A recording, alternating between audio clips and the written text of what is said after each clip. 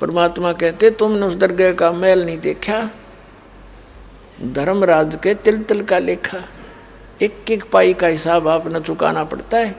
और इस जैसे अभी आपको बताया कि पहले इस अज्ञानता में आपने कितनी गलती कर दी और कितने अपराध बन गए। कसाई तक का भी उदाहरण दे रखा है कि सदना नाम का कसाई था और वो भी अपने जॉब को छोड़ना नहीं चाहता था। कदे भूखा मर जाऊं मैं और क्या करूँगा भगवान।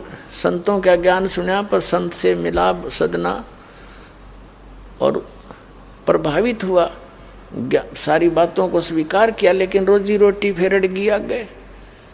संत परमात्मा स्वयं आते हैं साधु रूप बना के अपनी प्यारी आत्माओं को सतमार्ग बताते हैं। कबीर परमेश्वर आते हैं, साधु रूप में बैठे थे।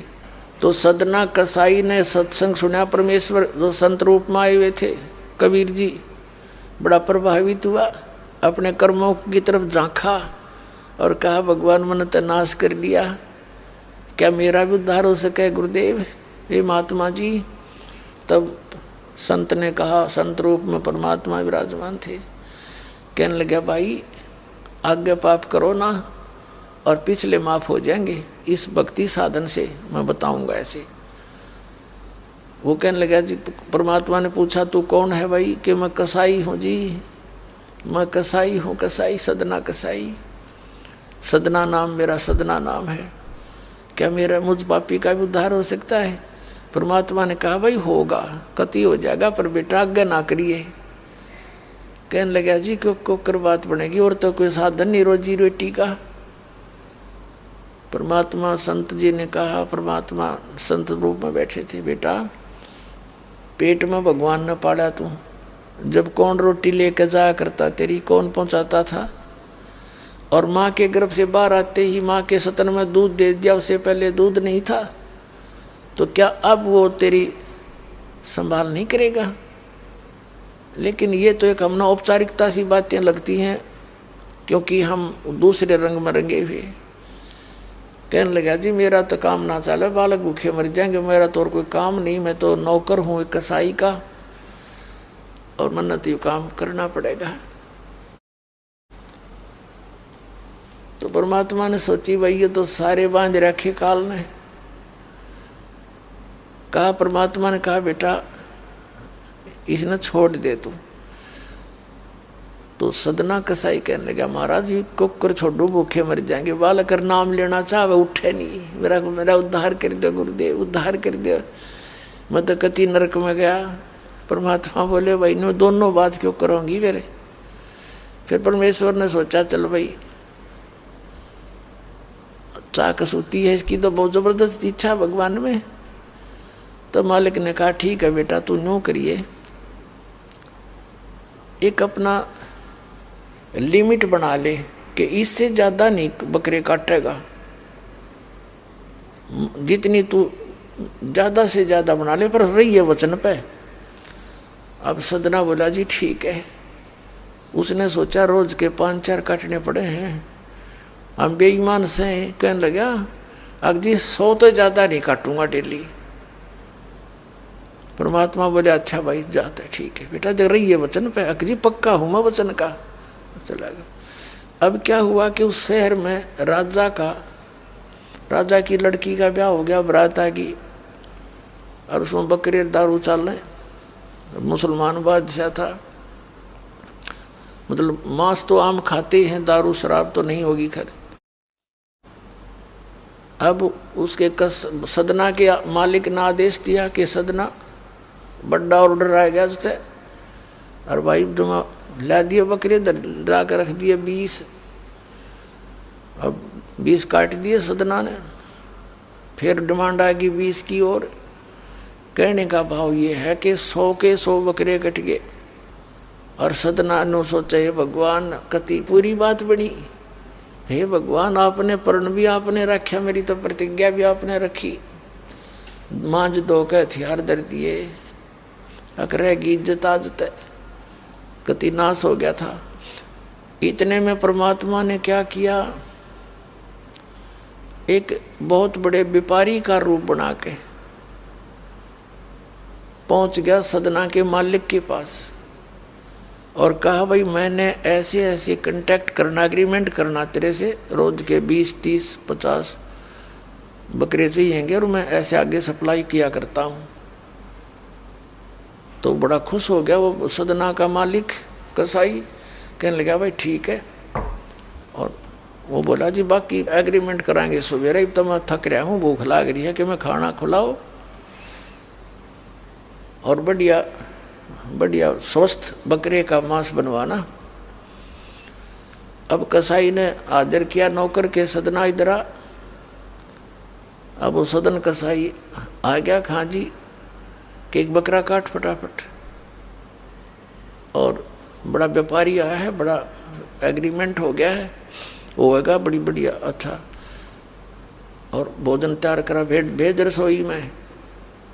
अब सदना के हाथ पैर फूल गए, क्या वाह बात बिगड़ गई भाई, तो ना बनी बात, आज तो प्रतिज्ञा भंग होएगी। अब उसने सोचा कि जब बकरा ना काटूंगा तो यो मालिक नौकरी तो निकाल लेगा, और जब बकरा काट दिया तो वचन भंग हो गया, मेरी तो बात बिगड़ गई दोनों तरफ से। तो उसने सोचा एक आदमी का भोजन बनेगा, तो उसने क्या सोचा कि बकरे के नड़े नड़े काट दूं अंडकोश, अब मेरा पर्ण भी रह जाएगा और भोजन भी बन जाएगा एक आदमी का।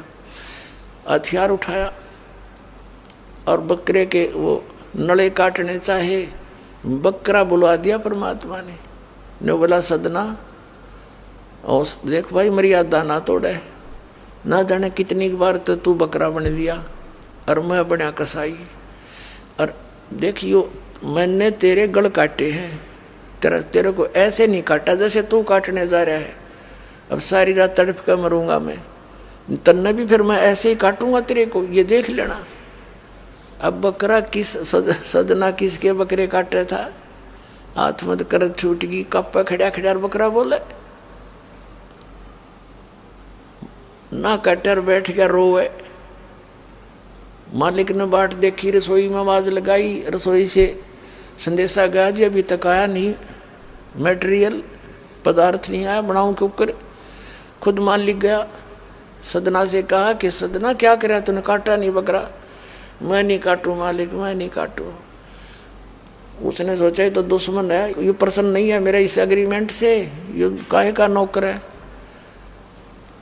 अब बोला तू नहीं काटे ना, ले मैं काटूं। उठा गुस्से में सदना के दोनों हाथ काट दिए उस कसाई मालिक ने, अरे एक मारी लात करते पार काट दिया। अब जैसे अभी ट्रीटमेंट वगैरह करा करो का, महीने 2 महीने रो पीट कर उन्हें सोची क्या करूं भाई। उसने सोचा चल पड़ी यहाँ से। उस संत ने कहा था मैं वहाँ जगन्नाथ के मंदिर में रहता हूँ, वहाँ आ जाना। उस जगन्नाथ के मंदिर की तरफ चल पड़ा कि भाई परमात्मा ने जब इतना चमत्कार दिखाया है, बकरा बोलिया, इसे बुंडे काम ना मैं तो कदे भी ना करूँ, मरवा से जीवा से भूखे मरे। आदमी की कही तो ना जच्चे, पर वह तो सच्ची होगी, सामने तो जुल्म हो गया। यूँ तो बहुत बुरा जो है ना एक रूटीन है, यूँ नहीं करें भाई कति भी। संत साची कहे थे वो उस दिन जच्ची उसके, उस गुरुदेव के पास समाधान के लिए चल पड़ा। देख कहाँ तक बिजली गिरती है इस बूंदे कर्मों से, कैसे फिर जो मालिक परम संत की शरण में आ जा रक्षा कैसे होती है। अब वो चला जा रहा था, पहले सरपंच नहीं होते थे, नंबरदार होली सोली होता था गांव का, और 5-4 गांव में से एक गांव वाले व्यक्ति नंबरदार को विशेष और पावर दे देता था राजा, जिस वो दंडित भी कर सकता था अन्य किसी उनको। एक नंबरदार के घर पे रास्ते में जा रहा था, नंबरदार के घर पे रुक गया और कहा जी मैं रात न रुकूंगा, मैंने आगे यात्रा पे जाना है, जगन्नाथ में जा रहा हूँ। तो पहले धार्मिक वैसे तो आम व्यक्ति की बहुत इज्जत करता थे, अतिथि की। नंबरदार ने सदना को रोक लिया, रुक जा भाई रोटी खाइए, अलग से व्यवस्था कर दी, खाना खुना खा ठाठ तरह। अब क्या हुआ कि उस नंबरदार की पत्नी जो थी वो बैड कैरेक्टर थी। उसने सदना के साथ दुर्व्यवहार करने की चेष्टा की। वह रोने लग गया, माई मैं तो महा दुखी व्यक्ति हूँ, रात काटनी है, काटन दे तो काट दे, ना मैं भी चला जाऊंगा। तो उसने फिर शोर मचा दिया। अपनी बेइज्जती समझ के लोग इकट्ठे हो गए, अक्यों मेरी इज्जत का गाक बने था, पकड़ लिया। और वहीं उस शहर के अंदर, साथ में ही शहर था, वहाँ ले गए। राजा था, वहाँ का नवाब था, उसके सामने उसको पेश किया गया। उसको सजा सुना दी कि इसको मीनार में चिन दो, भुगत कर मरे। इसको कितना नंबरदार ने इसको इज्जत से रखा और इसने धोखा किया, उसी के साथ पत्नी के साथ दुर्व्यवहार करने की चेष्टा की। और उसकी पत्नी ने गवाही दे दी, जी मेरे ऐसे ऐसे सतन पकड़ दिए इसने। अब मीनार के अंदर खड़ा करके मीनार चढ़वा दिया, बंद कर दिया। अकाब मर जाएगा, चिल्ला चिल्ला के रो पीट के। तब सदना ने अर्ज करी, है गुरुदेव मैं तो पापी आत्मा था, मुझे तो चाहे इससे ही बदतर मौत मार दो, लेकिन मुझे ये भगत कहे थे कि मंदिर में जावे ढेड इसे इसके गुरु होंगे, और ऐसा करता था ऐसा करता था। दाता आपके नाम पर बट्टा लग गया, तो मैं तो नीच था, तो इससे भी बुरी मौत मार देते। दाता इस भक्ति की इज्जत रखियो मेरे मालिक।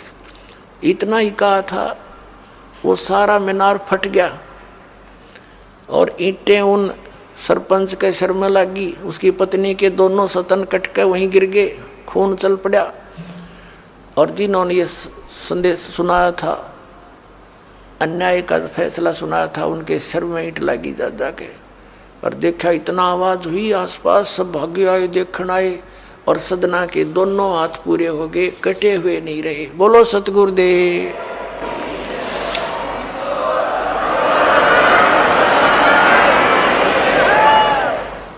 तो कहने का भाव ये पुण्यात्माओं, हम मर्यादा इतनी भारा मान रहे हैं जो भगवान के मार्ग पर चलने वाली, और उनसे ही लाभ होगा।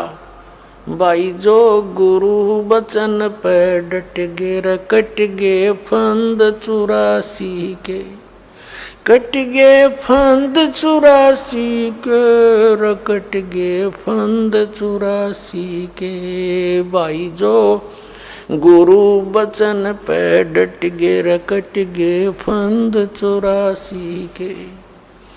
वस्तु मिली ठोड़ की ठोड़, मिटगी मन पापी की दौड़। वस्तु मिली ठोड़ की ठोड़, मिटगी मन पापी की दौड़। भरम मिटे मथुरा काशी के, भरम मिटे मथुरा काशी के। भाई जो गुरु बचन पर डट गे, कट गे फंद 84 के।